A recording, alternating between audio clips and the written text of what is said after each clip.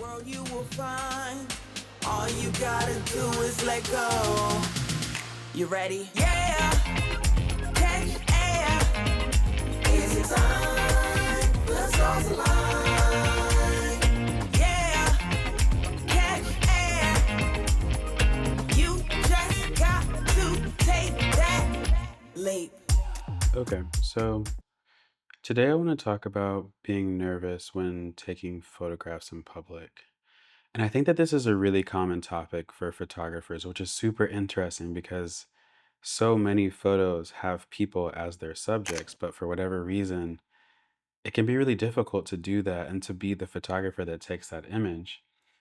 And there are tons of videos about this on the internet. I think I really like a couple from Faisal Westcott, so I'll try not to repeat some of the things that he said. And I would also like to think that it's a little bit fresh in my mind from my own personal experience because in April of this year, we went to Dreamville Festival, which is like a pretty big music festival in North Carolina. It was a ton of fun. Um, and I got some photos that I really like. But throughout that process, I was thinking about how much I think my experience with photography has changed. I used to be so nervous to take photos in public. And even when I was getting paid to take photos, one of the first paid gigs that I had was like a wedding. It was a very chill wedding, not like a big deal. And I was like the third shooter or something like that. So not a lot of pressure for me. But I remember being afraid to take my camera and point it at people and then press the shutter button, even though I was specifically asked and paid to do so. And I think there's been a ton of growth between that point and where I am now. And so, what I would like to do is talk through some of the things that I think had the biggest impact on that for me. And hopefully, it can be applicable to your situation if this is something that you are looking to grow in. And so, I'm not going to go in any particular order. I'm just going to kind of go with yeah, whatever kind of speaks to me from my notes. But the first thing I do want to say is that it does get easier with practice. I don't think that I could have imagined myself where I am now, where I'm getting paid to go to sporting events, art galleries, things like that, and take photos of people and their experiences in those situations. But I think something that's really helped along this journey is like knowing why I'm doing it and knowing that my images can help create connections, whether that's in the community or between people or whatever. And so knowing that that's my like purpose or my goal makes this a lot easier for me. But also, I think some of the things that have changed that, and I know we, I think as photographers, we often talk about gear and whether or not it matters. And I think in this particular situation, it does, but maybe not in the way that you think. So, one of the biggest things that has helped me along this journey is having a smaller camera. The Lumix GX85 specifically was my first small camera once I started doing photography professionally. I don't think I've ever used it for a professional shoot, but it has helped immensely with my comfort. And I think a big reason is because it's so small, I take it more places.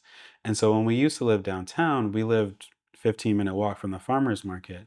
So pretty much every Saturday, I would grab my Lumix GX85 and take it to the farmers market, which I never took my Nikon DSLR over there because it just felt too big and clunky, especially with like a 20 to 4 to 70 or something like that. And so I would say if this is something that you struggle with, try to get your reps in. And it might be helpful to have a smaller camera to do that, especially because I think nowadays people are so used to people snapping photos and videos on their phones. And so going from like a phone to a small camera isn't much of a jump in terms of like people noticing you. And I think if anything, it makes them think that, oh, this person really enjoys photography as a hobby.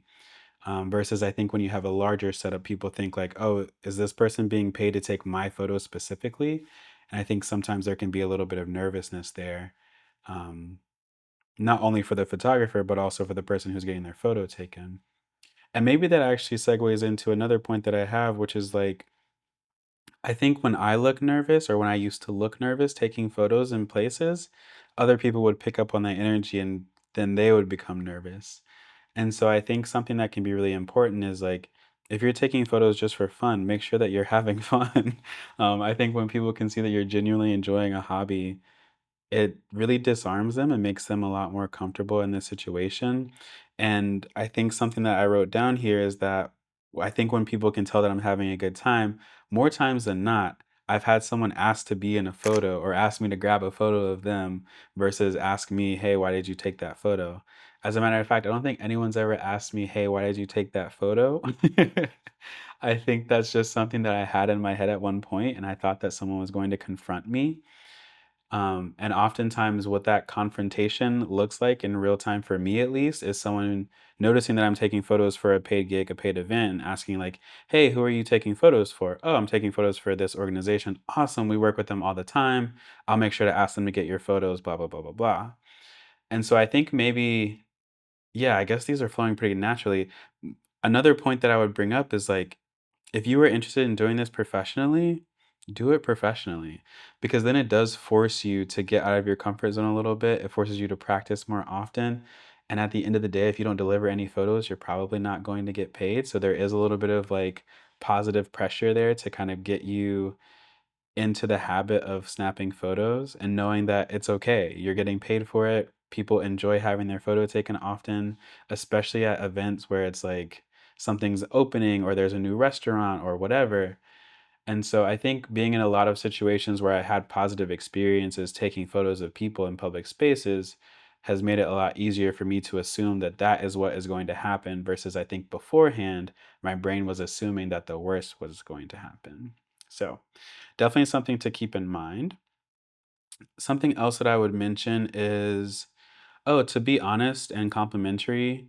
So sometimes, trying to think of an example. Yeah, like whenever I'm shooting event photography, maybe there's a group of friends or something like that, and they haven't hung out in a while. Or maybe they just don't really have any professional photos of them. And so they're excited that there's a photographer there and they, call their friends over and they pose for a photo. And so I think two things that also really helps me be less nervous in these situations is knowing that they're excited about the photo and then almost treating them like I would a portrait client. So complimenting them, letting know like that pose looks great or the light here looks fantastic on you or whatever it is to kind of like lighten the mood, let them know they look great for the photo. And then afterwards offering, "Hey, do you want this photo? I can send it to you. Let me grab your Instagram, let me grab your email, whatever that looks like." Because then not only are you making that situation a little bit more friendly, a little bit more human, but also you're showing the people around you that you're not just snapping a photo and then like running away. Like you're here for the event, you're here to do your job, you're here to capture these moments. And I think people react really positively to that, especially when they know that this is what you're there for. Like that is your purpose in this specific situation. So the other thing that I wanted to mention, I guess when you're thinking about taking photos of people, maybe this is more in like a personal setting. I think I can show some photos as examples, but think about the whole frame. Don't think about just the subject. And what I mean by that is oftentimes when I'm doing street photography or travel photography or even just, personal documentation, like when I was going to the farmer's market, I'm not taking a single image of just one person. That's not really ever my goal. Sometimes people do have fantastic emotions, and it is nice to capture that, but oftentimes it's still important to get the context of where you are, where the person is. And so I think in that sense, like oftentimes with some of these photos that you're going to see, I'm kind of framing up what I want to be in the scene, whether that's like at the festival, maybe there's, the Ferris wheel in the background or something else going on. And I want that as a part of this frame.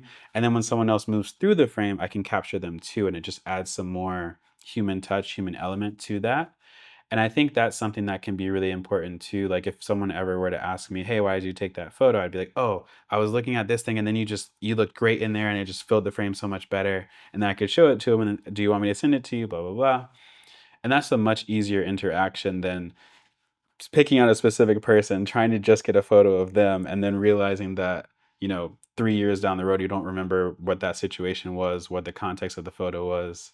And so not only did you risk maybe making them uncomfortable, maybe making yourself uncomfortable, but like in terms of your portfolio or the images that you look at in the future, it doesn't really hold a lot of weight. So that's something else that I would consider. And then I think one of the last things that I have here is this is I put it as like a fake tip. I said shoot film, and the reason I think film can be really maybe powerful is the right word in this specific situation where you're a little bit more nervous to take photos of people in public.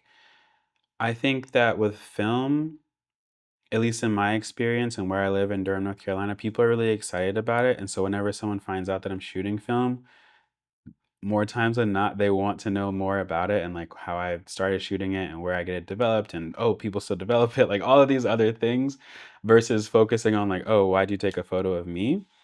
And I think I even have an example of I took a photo, I think there was like a flea market or something, like a pop-up.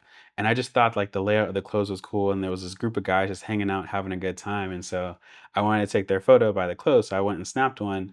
And then I think they looked towards me and they're like, "Did you take a photo?" I was like, "Yeah, it's on film. Do you guys want another one?" They're like, "Yeah, that's so cool." And so then they posed for the photo. And so yeah, I think oftentimes kind of maybe going back to the earlier points, like when people know that you're doing something because you genuinely enjoy it and it's not something creepy or there's no ulterior motive there, I think people can get really excited about it. I think with film too, there's no like turning the camera to show them. And so I think that also removes a little bit of a barrier of like, oh man, what if they look at the photo and they're like, oh, that's terrible, or oh, I don't want it, or whatever.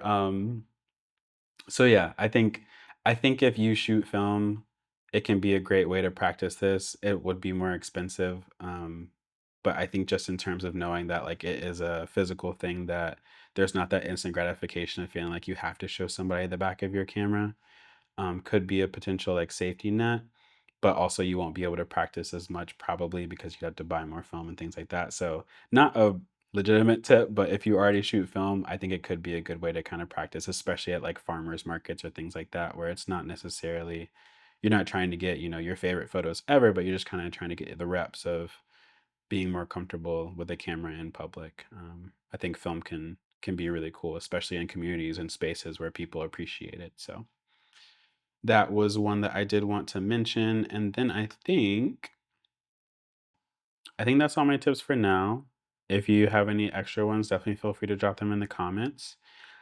I am hoping to make some progress on the backlog of videos that I've been wanting to make. So this is one from April, as I mentioned, and hopefully I can kind of catch back up and get to some of the Seattle photos. And then we went to Chicago, and then I have some images from Panama.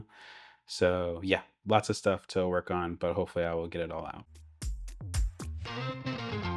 You light up a room, you keep a party going like a favorite tune. I see you on big screens. When I fall asleep, you're a part of my big dreams. You deserve front page. Need to have you on stage. You start a show.